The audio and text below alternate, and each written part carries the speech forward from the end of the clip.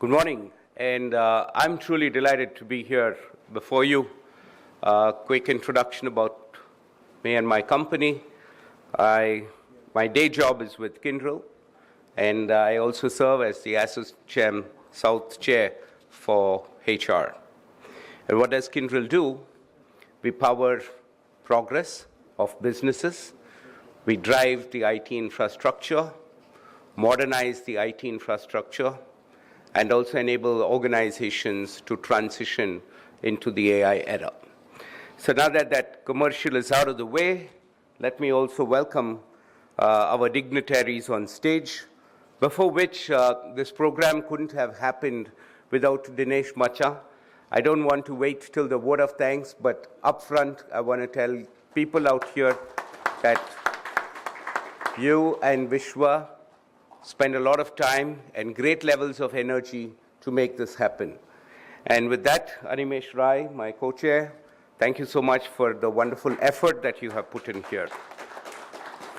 Sirs, this couldn't have been possible without a core team of HR people, largely from Bangalore, and some of them are here, acknowledging Chetan and Nav Kishule, both entrepreneurs, and also those who are not here, Sangamitra, Dr. Bindu, and these group of people are into IT, startups, and also entrepreneurship, and also one of them is a retired army officer. So it's also battlefield to the boardroom, and all this content comes to you from these people who have spent their time.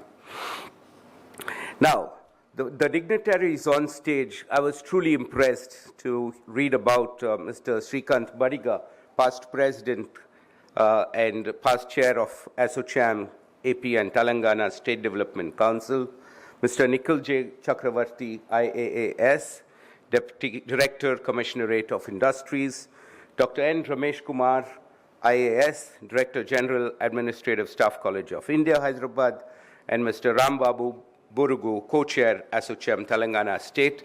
And of course, thanks for the wonderful message that the Honorable Chief Guest, Honorable Minister Sri Gadam Vivek Venkat Swamy had just delivered a few minutes ago.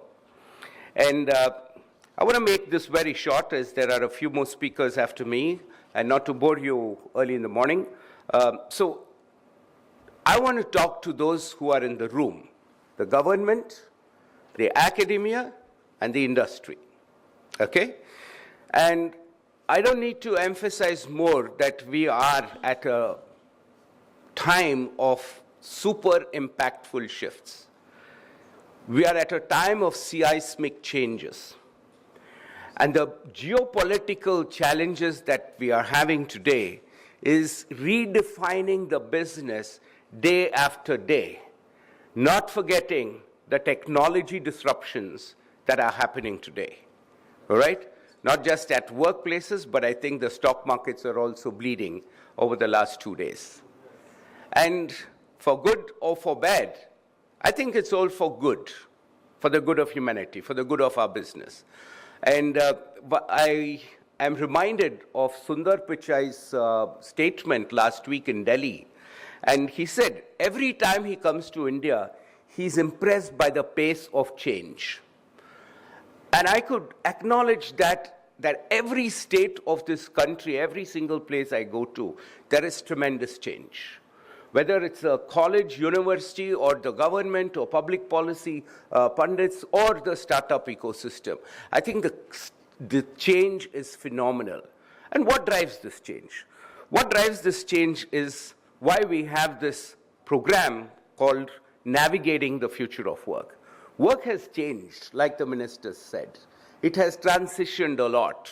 And how are we going to cope and equip ourselves for the future?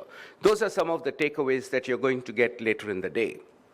And when we talk about pace of change, it's not just public policy that defines the pace of change. It is people. And it's people like us who are at the core of every business. And I say this, people are such an important asset that various companies, if you read their annual reports, they will say people are our most valuable asset. And do you know where I see it? I would see it on page 42. If people are our most valuable asset, it should be on your cover page. It should be your banner headline. And that is my ask to the corporates out here, to recognize people and to put them at the core of your business, because when you do that, your business runs on autopilot. You empower them, you energize them, and then you give them the right skills, and business happens. And I'm a witness to it, having done that in the past. And like I said, pace of change is an era we are living in, and every era leaves its footprint, whether it was the industrial era, the Renaissance, or so on and so forth. And our era is going to leave a footprint. And I think we are all party to that great footprint that we are going to be leaving. And when I say footprint, this is about progressing people. People will progress once they have skills, and those skills have got to be relevant. And today, if you're reading about job losses and redundancies at work, that's a natural corollary of what? Innovation. As you innovate, you leave behind certain things that are outdated. And therefore, innovation drives the change. And for us to harness this change, we need people who are continuously skilled. So skilling is extremely important in this world that we are living in.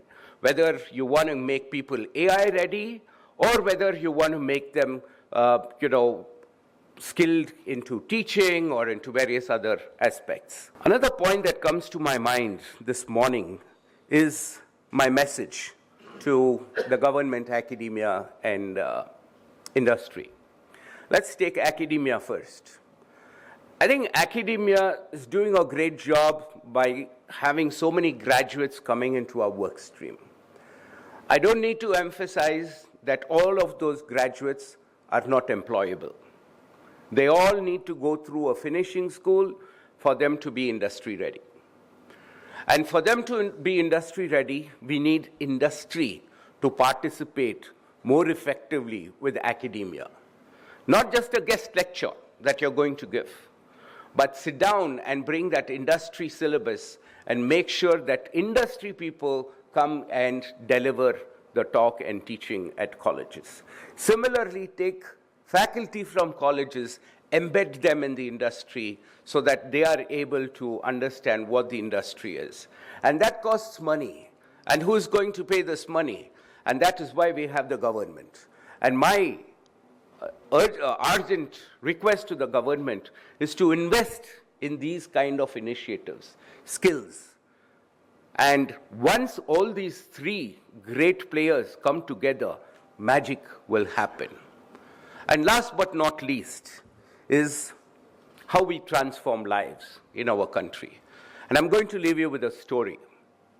And this was a campus hiring event very recently in one of the backward districts in our country.